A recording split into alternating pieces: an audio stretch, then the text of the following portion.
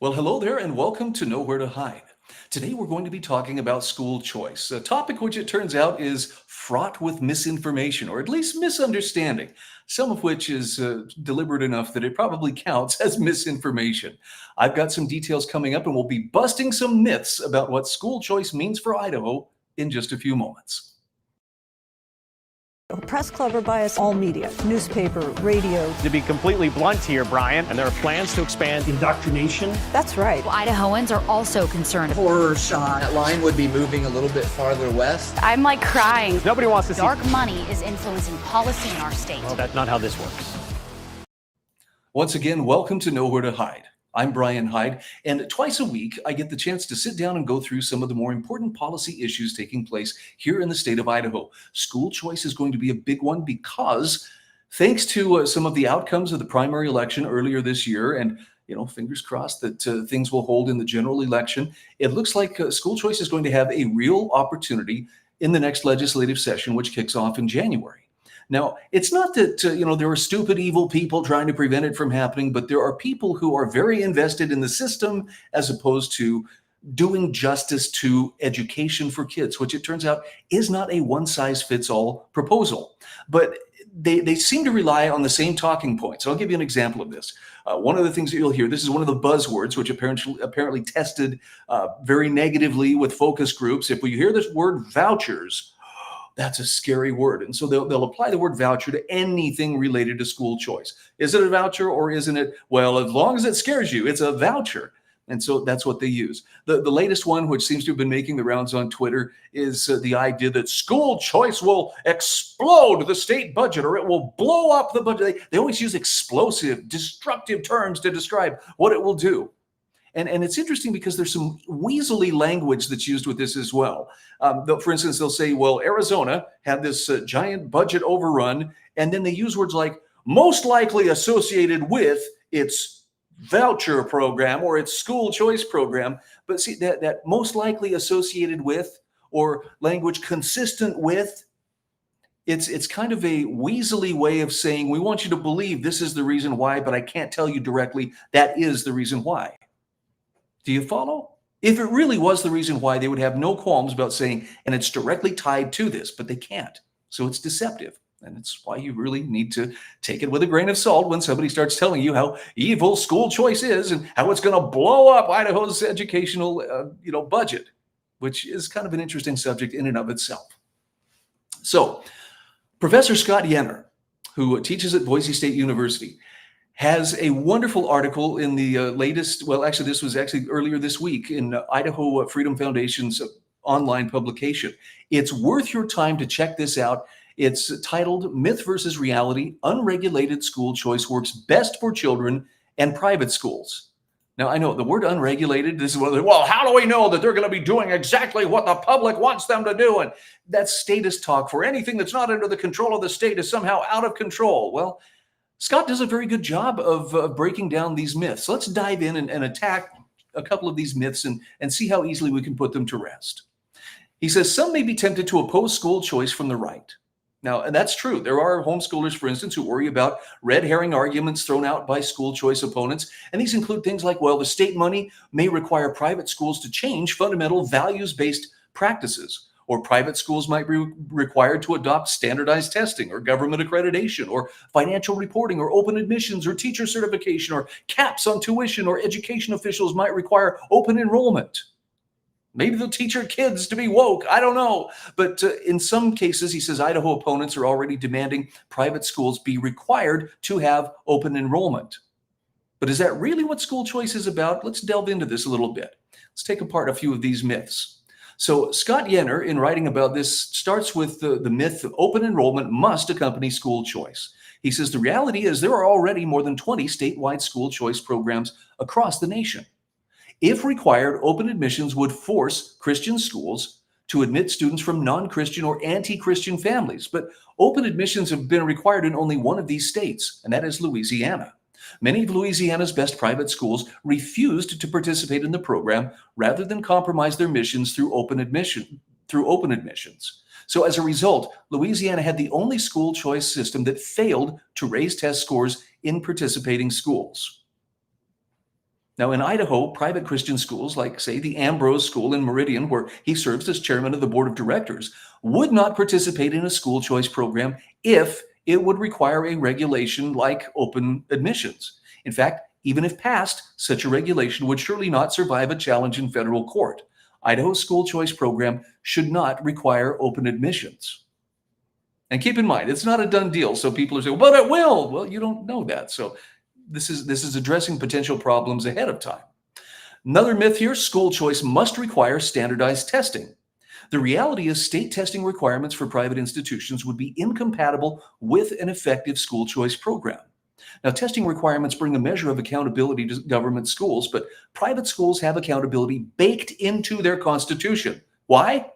Because unhappy parents can simply leave, taking their dollars to a different school. There's no better accountability than keeping the customer happy. In Florida and Indiana, vouchers and ESAs can be used for private school tuition without being subject to state-selected standardized tests. Now, he points out here that state-mandated tests in general are a one-size-fits-all approach, and they won't work for private schools. Private schools often have unique or specialized missions, so holding them to public standards would force them into a mold, negating all the benefits that school choice has to offer. Scott Yenner says states should eliminate testing requirements from school choice plans so schools don't compromise their missions.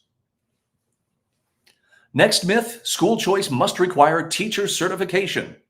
Scott says the reality is teacher certification requirements for private schools defeat much of the purpose of school choice because they indirectly dictate what is taught. What's the point of creating a school choice program while requiring all teachers to be taught and obey the very same principles and curricula that got public education into this mess in the first place? Now, I know some people may get their back up about that. Oh, what are you saying? It's in a mess, but we'll get to that in just a moment. Look at this example that Scott uses. He says, imagine a partially retired engineer wanting to teach high school students about applied calculus using his or her vast experience in the field. Or a liberally educated lawyer who would like to teach humanities in high school. Would it make sense to prevent such teachers from inspiring students simply because the engineer isn't certified by the woke public education hegemony? Teacher certification limits the freedom of schools to hire mission-fitted teachers and to come up with selection criteria that match their unique missions. In other words, this is about ability. It's about merit, as opposed to checking off the right boxes on some diversity checklist. Next myth, school choice must put caps on private school tuition. Now, Scott says the reality is tuition caps are poison pills, as they would prevent higher-priced private schools from being accessible to all students. Accreditation and financial reporting requirements are poison pills that would place unnecessary restraints on how private schools choose to operate. So the antidote to these issues is to legislate that none of these requirements be placed on private institutions. Here's another myth. Schools participating in school choice must be accredited and required to provide financial reports. Now, please bear with me on this because this is where people, if the government's not in charge of it, it's not going to get done. Think about the accountability of the parents who are sending their children to these private schools or these charter schools or home schools or unschool, whatever that school choice looks like. They're the ones who have to be happy with the educational experience that their kid is getting. And if they're not there, that's where the accountability kicks in. Well, they're not doing the job, so we'll take our kids somewhere else. Scott says the accountability in a competitive school choice environment comes from the parents who want that great education for their kids. Any private school trying to skimp on education or one operating inefficiently will face competition from other schools focused on excellence. And in a market for education, the dollars follow the students to the best schools, making the parents most happy. See, under the government-run education scenario, well, we're not supposed to have competition. Everybody's supposed to be equal. Yes, equally miserable or equally incompetent, depending on how you look at it. And listen to this part. This is the unpopular part that Scott points out, but it needs to be said. In Idaho public education, as mentioned in an Idaho Freedom Foundation article, education outcomes have stagnated despite billions of dollars being added to education budgets. There's not nearly enough accountability. As with other industries, competition rewards the best producers while weeding out the underperformers. That sounds so cruel, but that's life. And you want the underperformers weeded out so that the better ones can rise to the surface. You have better choices. School choice will finally provide the incentive for public education to reach its true potential by being more responsive to parents' desires for excellent education. So Scott says, have no fear. A school choice bill void of requirements for testing, teacher certification, tuition caps, accreditation, and financial reporting would allow private schools the freedom to innovate and develop curricula based on their values, to keep pricier institutions accessible to families that can afford to subsidize the tuition beyond the tax credit. It will increase autonomy and it will lower the barriers to entry. And the bottom line is all this would hold private and public schools accountable to parents better than external accrediting agencies or just simply adding more education bureaucracy. This isn't a jobs program for teachers or administrative staff. Bottom line is parent satisfaction will increase and children will thrive. So in sum, the most typical concerns about school choice melt away when the policy is implemented correctly. Scott Yenner says, critics of school choice voice unfounded worries that the law does not provide sufficient protection, but the numbers say otherwise. About 6% of Idaho students are in private schools, well below the national average of 10%. Doubling the percentage of students in private schools to 12% would help solidify continuing support for private education and for school choice programs. Outcomes would improve, but he says encouraging private school growth would drastically contribute to making regulation a moot point. Did you get that last part? When the schools are doing a wonderful job, when the parents are happy and the kids are actually being educated, you don't need as much government oversight. You don't need as much busybody bureaucratic help to do whatever it is they're trying to do. And sadly, the government-run schools are a good example of this. Not to say that there aren't wonderful teachers and educators and even administrators within that system, but the system itself, it's a one-size-fits-all thing. And frankly, it limits some of the better educators who are within that system. So let's bring a little competition to the table.